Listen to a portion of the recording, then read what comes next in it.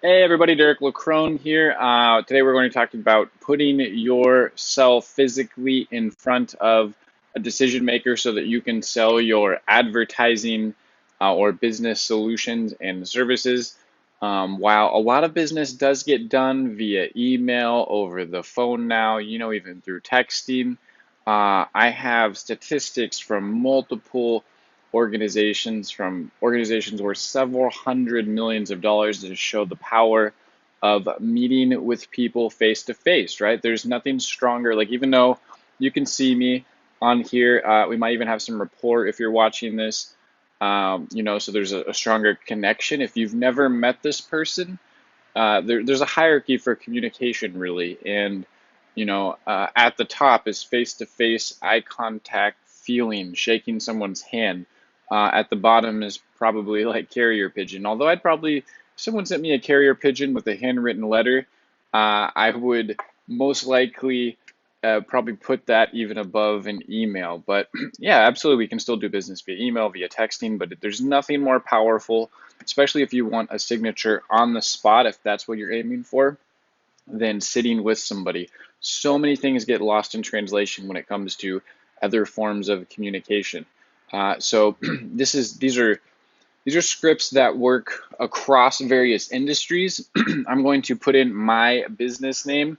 Some of the executives that are watching this, because I'm working with quite a few executives across the country, primarily in the small business service range. So I'm just going to use some business names in there. Obviously, you can plug in your name, but the purpose of this video was just to provide some value. These are training programs where some organizations, I work on individual contract basis, depending on the needs of your company.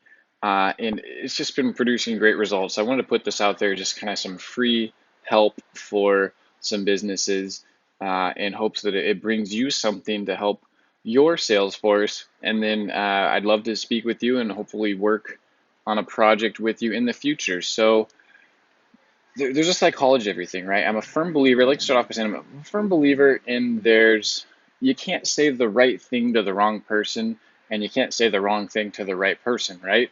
But there's an impact on people when we use specific language, and there are for sure some things in business to business sales that help us get in front of decision makers versus help us not get in front of decision makers. So it's all about efficiency. It's about painting a picture as you're speaking with someone to help guide them along a way that creates a mutually beneficial, a win-win situation, right? And I know that the sales people that I work with, when they sit down with somebody, they're very talented people, so it's much more powerful, right? So that's the goal of this, again, to get your sales force in front of decision makers at a higher level. So the first thing, and I'll just start off with gatekeepers, right? It's 2018. It's about to be 2019. A lot of gatekeepers, they're fielding calls from all over. They're getting tens, 20, sometimes, advertising calls in an hour, and they're just inundated. So they don't really want us to call up and say, hey, how you doing? They're like, I'm working. What do you want, right? So while we want to respect the gatekeeper, we also, we want them to make them feel good, but at the same time, just have them move us to the next phase a little bit faster, right? This is not about running people over. It's about being efficient. I know from a lot of experience across working with celebrity athletes in wealth management to building part of an organization, a huge media company, to building my own businesses in other countries, across the spectrum of a lot of different things that people have trouble making decisions. And I find that helping us paint a picture for that decision is just very, very valuable. So when you get a gatekeeper on the phone, it's pretty simple. It's, hey, I'm hoping you can help me out. Can you point me in the direction of the person in charge of your community sponsorships and or marketing, right? And so why is the language set up that way? It's hey, it's asking for some help. It's a sense of like, I know you're busy, I know you're working, so can you just help me out? So it's a mutually like a nice thing there. And then the sponsorship part, and now there's going to be some adjustment depending on, mostly these are people in media sales that I'm working with around this language. but some kind of local feel here, right? You want something to let them know that you are not Google, you are not Yelp, you are a local human that wants to come out and meet with them. So, maybe it's a T-ball sponsorship you're looking for, right? But some kind of soft local language. The less words, the better it is. Just less is more for sure when it comes to B2B sales. So, I'm hoping you can help point me in the right direction. Who can you connect me with the person in charge of your community sponsorships and or marketing? So the sponsorship lets them know you're local, you're not calling from Palo Alto, you're not calling from China, local, hyper-local sponsorships. The second part, marketing, also helps guide them in the direction of like, oh, they want to talk to a person that runs these things, right? That runs marketing. So it's a two-pronged approach just within the second half of that sentence. And these are the things that a lot of times when I sit down with a founder of a business, a CEO, that they get it and they're very, very skilled and they can get in front of people just from the sheer power and authority that they have sometimes and the focus. But when we're teaching a sales staff, a sales force, we always have to cater to the lowest common denominator. I like to just assume that if my little sister went and picked up this script, she could read right off of it and would see results. So everything that I structure is based on that. Can my little sister, who's also smart, by the way, she's smart, no discredit to her, but she just has no experience in this realm. So could I hand her something, and if she read it word for word, would she get results? We have to think about these things as leaders of our organizations.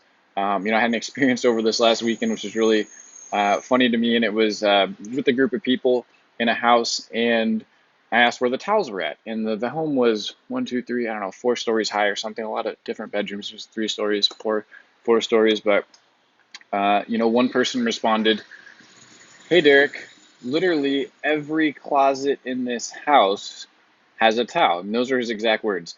Literally every closet has towels in it.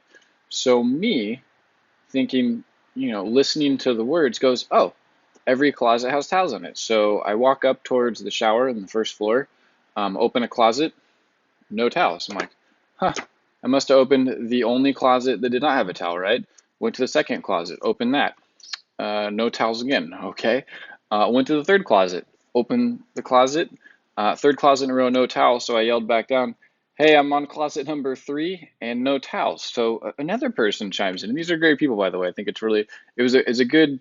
I always look for these kind of stories when it comes to teaching and educating and also reminding myself of things because it's really powerful stuff in terms of leadership. So the next person goes, "Hey, my room is on the top floor. I know for sure, there are towels there, so just go to my room. My room is on the top floor." So I'm on the second floor at this point, and I'm going, "Oh, top floor." Go up to the next one. Go up to the next one. Uh, Go open a closet. I'm like, "Hey, I don't actually think this is your room, and there's no towels in here either." And they're like, "Oh, the second floor." And I go, "Huh, top floor." They meant the floor above the floor they were on was the top, but I thought the top floor of the whole house, right? So I went to the top. And so this is a good reminder for me when I think about the language we use in teaching and educating our sales staff being infinitely important for us to be specific. If you are teaching someone about prospecting and we say, "Hey, you should always be prospecting," one person might go, "Oh man, I need to always be adding names to my list," right? Another person might be going, "Oh, I just need to be thinking about it." But it's much more powerful to tell this person, "Hey, by the way, here's what we mean by that.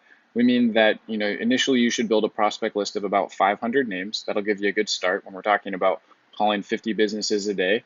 It's about 2 weeks worth of calling, but you're going to get some callbacks or all these, different things. And so, go ahead and try to add 10 a day. If you can add more, that's great, but at least 10 a day, that's sort of the standard, the bare minimum. It's not necessarily a goal, but I'd say a good standard to operate by.